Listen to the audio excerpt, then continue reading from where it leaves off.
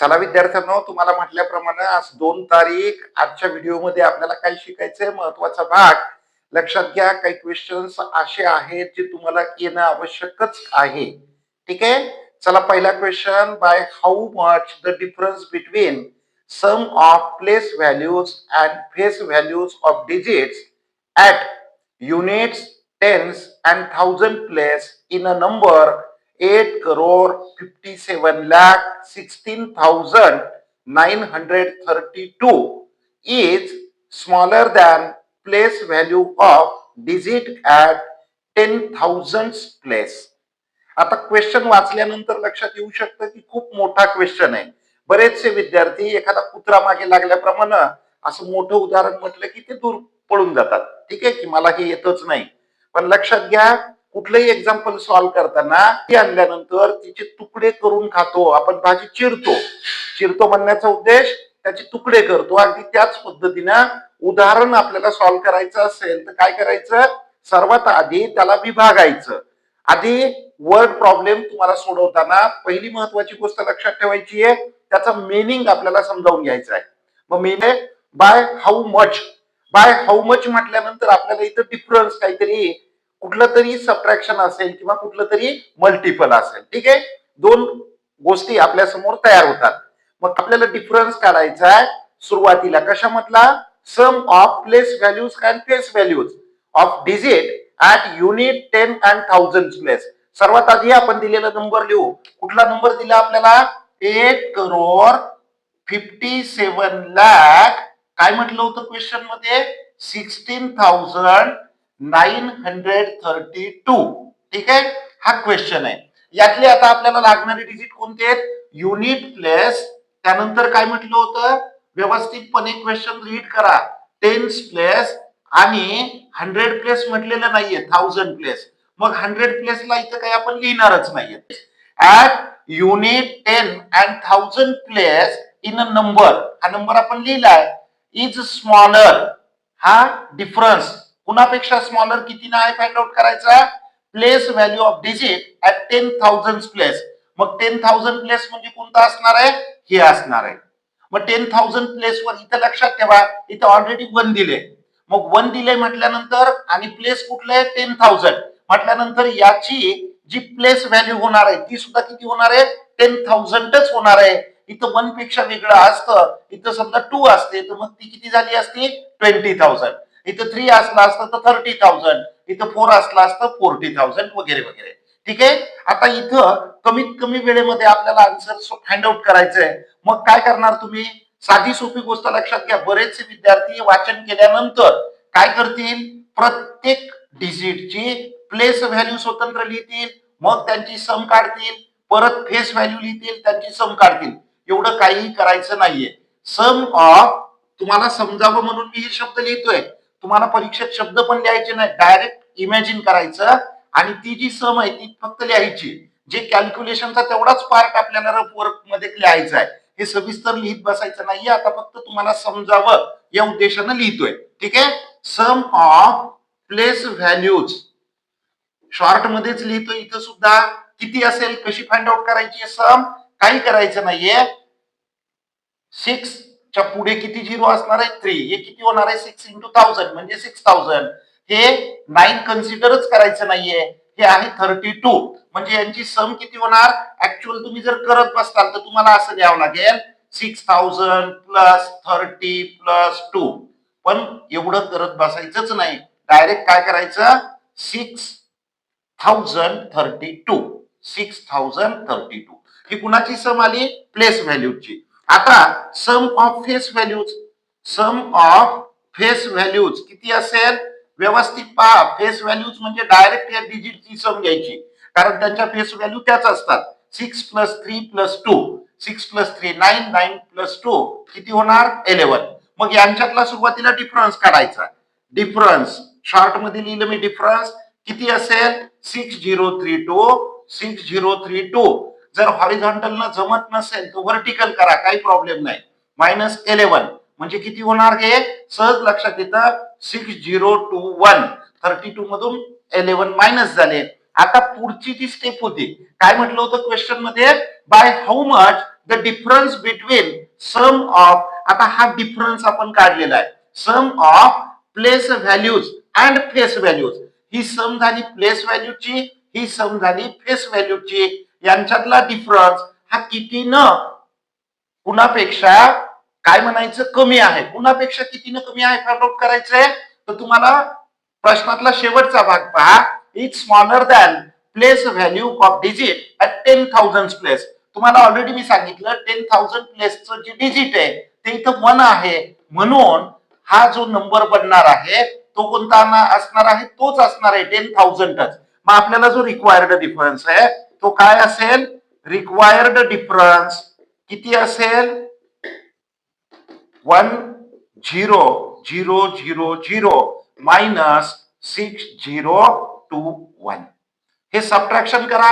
हे सबट्रॅक्शन काय येणार लक्षात येऊ शकतं तुमच्या, काय येईल तर 3,979. कारण 4 ऑप्शन्स, आता मी प्रश्न वाचताना ऑप्शन्स वाचले नाहीत, पण तुम्ही पाहिले पहिलं जे ऑप्शन आहे 9379 हे निश्चितच रॉंग आहे. दुसरा ऑप्शन 3979 हे आपलं आन्सर करेक्ट असणार आहे. बाकीचे दोन कसे रॉंग आहेत ते चेक करा, तुमच्या लक्षात येऊन जाईल. ठीक आहे. No second question, by how many times the difference between number 53,267 and number obtained by interchanging digits at units and 100 place is greater than difference between digits interchanged. आता मीनिंग तुमच्या लक्षात कदाचित आला असेल, नसेल आला परत एकदा व्यवस्थित वाचन करा. फार सिंपल एक्झाम्पल आहे. कालच्याच व्हिडिओमध्ये मी तुम्हाला रूल्स सांगितलेले आहेत, त्या रूल्सचा आधार घेऊन इथं कुठल्याही प्रकारचे कॅल्क्युलेशन करायचे नाहीत. बरेचसे विद्यार्थी काय करतील, सुरुवातीला दिलेला नंबर लिहितील 53,000, नंबर कोणता दिलाय तुम्हाला 53,267, हा आपला ओरिजिनल नंबर असेल आणि number obtained by interchanging digits at कोणत्या प्लेस वरचे इंटरचेंज केलेत, युनिट आणि 100, हे युनिट असेल आणि हे 100 असेल. मग तुमचा न्यू नंबर काय होईल 53,762. आता तुम्हाला जो प्रश्न विचारलाय, काय म्हटलं होतं प्रश्नामध्ये की या दोन नंबर मधला जो डिफरन्स येणार आहे तो कुणाच्या डिफरन्सच्या, हे जे दोन डिजिट आहेत 2 आणि 7 यांच्या किती टाइम्स असेल. तर आता तुम्हाला हा रूल माहिती आहे, या दोन नंबर मधला जो डिफरन्स असतो तो 100 आणि युनिट प्लेसचं डिजिट इंटरचेंज केलेला असेल तर तो किती टाइम्स असतो डिफरन्स, 99 टाइम्स. नसल लक्षात येत तर कालचा व्हिडिओ परत एकदा पहा, तुमच्या व्यवस्थित लक्षात येईल. कारण मी तिथं युनिट आणि 10 मध्ये इंटरचेंज केला असेल तर तो डिफरन्स कितीच्या मल्टिपल असतो 9. जर 100 आणि युनिट प्लेस मधले इंटरचेंज केलेले असतील तर या दोन नंबर मधला डिफरन्स कितीचा असतो 99 टाइम्स. आणि जर युनिट आणि 1000 प्लेसचा डिफरन्स असेल, सॉरी डिजिट इंटरचेंज केलेला असेल, नवीन नंबर ऑब्टेन केला असेल तर तो डिफरन्स किती टाइम्स असतो 999 टाइम्स. तर या प्रश्नाचं करेक्ट आन्सर का 99. मग तुम्ही हे लिहिलं कशासाठी मी, की बरेच जण हा डिफरन्स फाइंड आउट करतील मग ते पाहतील, ते करायचं नाही. इथं तुमच्या रूल्स लक्षात राहावेत या उद्देशानं मुद्दामून मी हा प्रश्न घेतलेला आहे. ठीक आहे. मला वाटतं तुमच्या लक्षात आलं असेल, नसेल आलं रूल व्यवस्थित पहा, नाही समजला कॉमेंट करा, परत एकदा मी पुढच्या व्हिडिओ मध्ये सुरुवातीला त्याचं एकदा स्पष्टीकरण देईल. ठीक आहे. Next question, which number is formed by 5L, 4TTH, 3TH, 9H, 4 unit. आता लक्षात घ्या क्वेश्चन खूप सिंपल आहे, पण तरी काही विद्यार्थी काही गडबडीमध्ये चूक करतात. इथे चूक कशी होऊ शकते पुढे तुमच्या लक्षात येईल, सांगतो मी समजावून. सर्वात आधी आपण दिलेले जी काही इन्फॉर्मेशन आहे नंबरसाठी ती लिहू. काय लिहिणार 5L, अजून काय म्हटलं त्यांनी 4TTH, 4TTH, अजून काय म्हटलं होतं 3TH, 3TH, अजून 9H आणि 4 युनिट, 9H, 4 युनिट. आता लक्षात घ्या इथं 5 लाख म्हटल्यानंतर किती डिजिट नंबर असणार आहे. आता चारही जे ऑप्शन तुम्हाला दिलेत 5,43,904, 5,40,394, 53,494, 5,43,940 एवढे 4 ऑप्शन तुम्हाला दिलेत. मग लक्षात घ्या, या 4 ऑप्शन पैकी एक ऑप्शन सरळ सरळ कळतं आपल्याला रॉंग आहे. तसे अजून 2 रॉंग असणार आहेत, पण डायरेक्टली एकाचा विचार आपल्याला करण्याची गरज नाही. कोणत्याचा? 53,494 हे 100% रॉंग असणार, कारण 5 लाख हे बिगेस्ट डिजिट आहे यातलं. मग लॅखचं टर्म असल्यामुळे total number of digits in number किती असणार आहे? ते 6 असणार आहेत. मग एक्झॅक्ट आन्सर कोणतं हे शोधण्यासाठी लक्षात ठेवा, तुम्हाला साधा सोपा एक प्रकार सांगतो. इथं 5 लाख म्हटल्यानंतर डायरेक्टली आपण जी एरवी नंबर मधली प्लेस व्हॅल्यू लिहितो त्या पद्धतीनं इथं 5 लाख लिहिणार. 500,000. काय झालं? युनिट 10, 100, 1000, 10,000, लाख. 5 लाख मी लिहिले. आता जे डिजिट इथं दिले ते डायरेक्टली याच्या जागेवर लिहून टाकायचे, वाटल्यास परत खाली लिहायचं 5 नंतर इथं जे डिजिट येतं कुठलं येतं? 10,000चं. 10,000चं किती म्हटले? 4. त्याच्यानंतर 3. नंतर इथं काही जण मिस्टेक काय करतात की डायरेक्टली फक्त एवढेच लिहितात दिलेले, मग आन्सर रॉंग येतं. 543 नंतर 9. आता 9 नंतर काय येणार पहा? 9 नंतर पहा युनिट नंतर 10. आपल्याला 10चं डिजिट दिलेच नाहीये, मग नाही दिलं तर किती घ्यायचं? हे 0 ऍज इट इज. याच्या जागी हा आला, याच्या जागी हा आला, याच्या जागी हा आला. ह्या 0 ऍज इट इज राहिला आणि युनिटला 4 दिलेलं आहे ते 4. मग काही जण मिस्टेक काय करतात?